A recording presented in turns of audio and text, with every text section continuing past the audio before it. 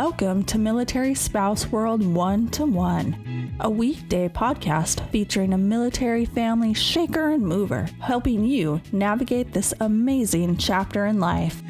Here's your host, Dave Etter. On today's edition of Spouse World 1-to-1, we meet Jennifer Burns, a key spouse in the Delaware area, and we discuss what that entails, as well as touching on spouse sponsorship. Hello, Jennifer. How you doing? Hanging in there, Dave. How about yourself? Oh, I'm having a blast. I'm boiling in the heat here. It's like 92 degrees outside, which is, for Germany, that's high. Yeah, I'm in Dover, Delaware, and we've got some humidity going the last couple of days and thunderstorms. So what is it like in Dover? Do you enjoy it? Is it party? Is it fun? I do. I didn't realize when we moved here that it is the middle of Amish country. I pretty much have a buggy that goes down the road in front of my house on a daily basis, if not multiple times a day, but it's grown on me. Cool. You can pretty much set your watch by them, too. Pretty well, yeah. You come up on one at nighttime, though, and it gets a little spooky hollow looking, so. Yeah, the wife has relatives in Iowa, and they've got a really neat Amish community out there, and those buggies come by all the time. Now, horse and buggy, they're on time, and I've got a car that goes 80 miles an hour, and I can't get anywhere on time. So how long have you been a military spouse? I have been a military spouse for 3.5 years, and my husband and I have been together for almost 8. Wow, that was a long dating period. It was. He was one of the ones that dragged his feet and waited until he got orders before we decided to cross that bridge. That was literally my proposal, was I got orders, we have some things to talk about, here you go, it was a ring, what do you think? Wow, now if that isn't romance. And the kicker is we were at Starbucks. At Starbucks. Oh, at Starbucks. Okay. Did everybody stand up and applaud? We had definitely a couple eyes looking at us. It was a little awkward, but. Wow. Note to the listeners, any guys out there, do not propose to your wife in Starbucks in that manner, okay? Overall, though, it's been a good run so far, hasn't it? It has. Tell me, what is it you get to do as a military spouse? I am a key spouse for my husband's squadron. We're the 436 Operations Support Squadron. Congratulations. Thank you. I also volunteer at Dover Air Force Base's Airmen and Family Readiness Center, and I volunteer for National Military Family Association. So those are my 3 realms. I just keyed in on something, and I have to ask this. You've only been married for 3.5 years, and you're already a key spouse. Isn't that typically reserved in the Air Force for somebody that's a senior spouse? Or are you a senior spouse, even though you're not a seasoned spouse? I am not sure about that. I was appointed by our last commander, and I think he just saw that because I am involved in a couple different avenues, that I knew a lot about the resources that the base had to offer. I'm a pretty chatty person, so I'm pretty good for being the one to do that welcome wagon phone call when we get new spouses on base and kind of open the door to them getting involved with the social side of the squadron and stuff like that. Well, that's good. Yeah. That's good for him to recognize that and to ask you to fill the slot. Have you had any regrets?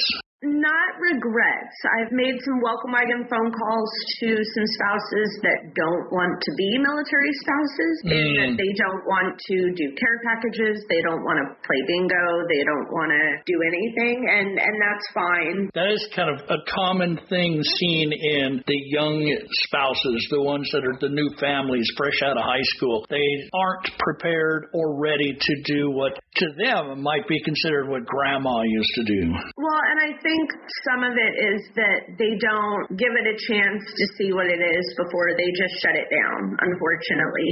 I don't know that I would call it a regret, but it's definitely a little awkward to not have someone take what you're, I don't want to say selling. Offering. Yeah, and to just shut it down, and then you have to kind of like, okay, well, thanks, and I hope, give me a call if you change your mind kind of things. You know, it is what it is. You can only do so much, and it's up to them to take it. it. I was definitely one of those spouses. My husband had 12 years in the military before we got married. When we were just getting going, he didn't know a lot of what to do for a spouse because he had never paid attention to any of the information before because it didn't apply to him. So he got me put into DEERS. He got me an ID card, showed me where the gym, the commissary, and MPF was, and was pretty much, here you go, figure it out. Oh, no. Well, and part of that was we got married in the middle of a remote tour, so he was not at the base we were at. Right. Because of that, I didn't fall under the umbrella of a squadron or a key spouse. He had left me with a couple numbers of the buddy at the squadron that he left, that if you need help, call this guy. They were definitely helpful, but there was no one whose job it was to check on me. That forced me to run the rat race of one place refers you to another, they transfer you back to the place you were at before, and I just had to kind of follow the steps and hope I got somewhere. I did learn from that. So what that's given me is trying to save someone in the same situation from having to go through what I went through and being able to hopefully be able to help someone do better than what was done for me. Have you been able to receive help from the sponsorship program? The military member is supposed to be assigned a sponsor from the gaining units.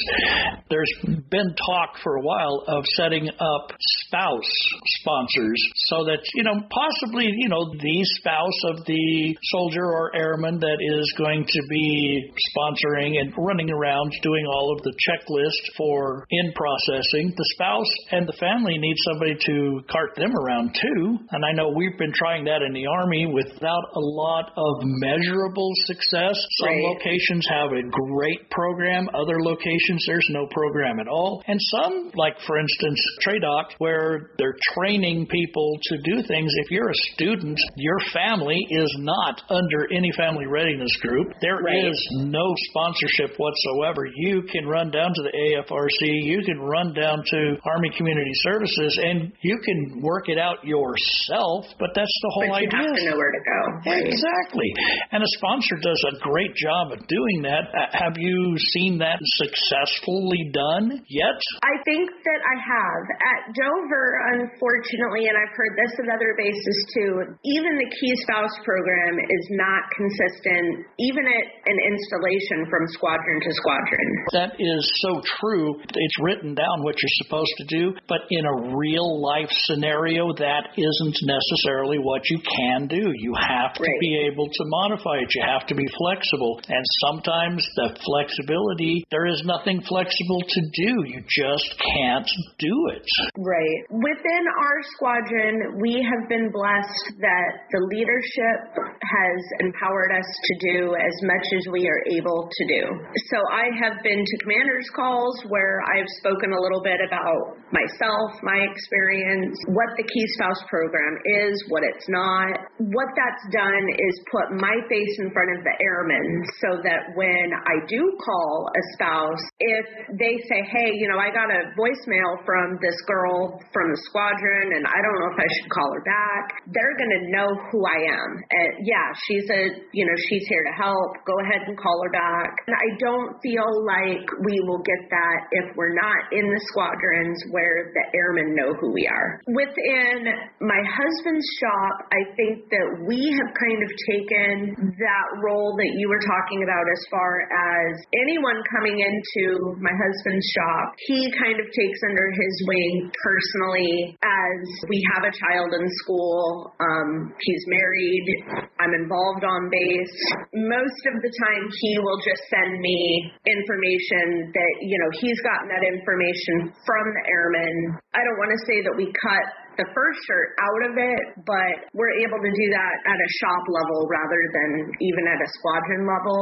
But that's a smaller reach that we have to be able to get those people. But I have seen that work at that level within our shop. I don't see why it wouldn't work on a larger scale. If you feel the urge, maybe you could sit down and write out some observations, some good working things that are things to avoid that aren't workable, and maybe maybe figure out some way to get that incorporated into some actual guidance. Yeah. You'd be good at that. You could be the hero. Everybody would be going, oh, yeah, sponsorships, especially on the spouse side. Boy, that would be amazing. Yeah, I've got this thing written out by Jennifer Burns. Let's just change gears just a little bit. What do you have in store for Jennifer Burns here in the future? That is actually a good question. My husband was just promoted, so we are unfortunately probably seeing a PCS coming sooner rather than later. So I'm starting to kind of wrap my head around that, where we might go. Mm-hmm. Until then, I am going to keep doing what I've been doing. I hope to get a little deeper with my National Military Family Association role. I've been working on some blogs for them, so I hope to be able to get some of those coming out. Actually, next month, I think I have one that's going to come out. I would like to be doing some more writing for them, and I'm going to concentrate on that for right now. Well, that's cool. Well, we'll be watching that for you. We'll definitely keep in touch and probably bring you on for anything major that occurs, especially within the National Military Family Association. Yeah, they have a lot of good programs. They do the Operation Purple camp. They actually just released registration for a special camp that they have for EFMP kids, a buddy camp. You can definitely go to their websites and their Facebook page and get more information on that. They've got some good programs out there. Cool. Well, let's go ahead and call this a wrap. I'll catch you over on the other side. All right. Sounds good. Thanks for the time. Thank you for coming on Spouse World 1-to-1 with me. Have a good day. Do you like Spouse World 1-to-1? Want to support the efforts to bring interesting and inspiring military spouses into the spotlight? Then go to patreon.com/spouseworld and become a patron. It's a great way to spread the love. Military Spouse World 1-to-1 is a BDE Productions podcast. The views and opinions of the host or any of the guests are not that of BDE Productions or sponsors. Be sure to like this episode and subscribe to Spouse World 1-to-1.